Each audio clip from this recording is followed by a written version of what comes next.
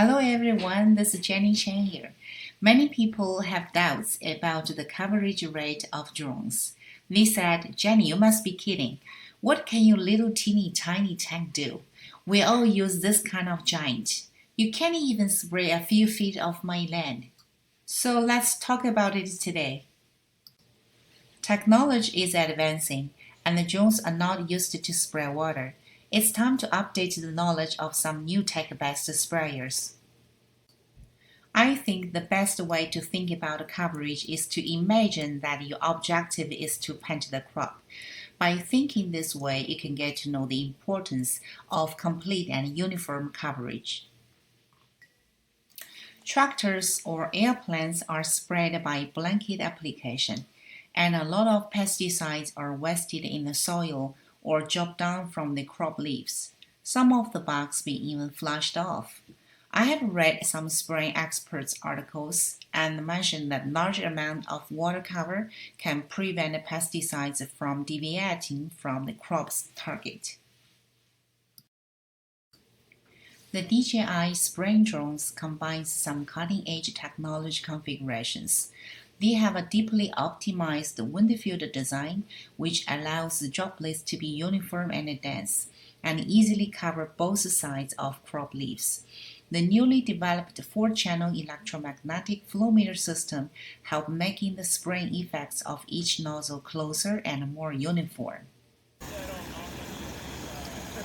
The newly designed electromagnetic exhaust valve makes the T20 have a higher dynamic flow range, a more precise point spray control system, milliseconds start or stop, no liquid leakage, and meet the needs of spraying operations. Exhaust and calibration are completed within a few seconds on the remote controller. You do not need to use hands to do any adjustment on each nozzle. Usually, the larger water droplets sprayed by a traditional sprayer now can be considered as it would be divided into many small particles by drones. But the size of this droplet must meet the standard to achieve the effect. It is not an easy thing at all. Every small step that you feel easy to apply that contains countless excellent technicians and engineers' tireless work. DJI's outstanding R&D engineers combine lots of industry firsts. The cutting-edge technology brings out the best for the spraying drones. It greatly lowers the threshold for ordinary people to use technology and eases the work for our growers. So, if a drone that can spray water, that cannot be called an AG drone. It has to be qualified, meet the standards, safe, and easy to use. Therefore, in accordance with the Canadian Pesticide Management Regulations, the size of the droplets of DJI Agras drones is in line with our best standards here. So I will have a link to share in the comment area. At the same time, if you search online, you can see that DJI drones are also the only spraying drones approved by the South Africa government for agriculture. After the large particles of water are divided into many small particles, the coverage of the crops is increased. This can be understood as the same area of the crop that receives the same pesticides. The small particles are directly pressed to the crops from the multi-rotor drone with a tested strong downwind, so that reduces the drift.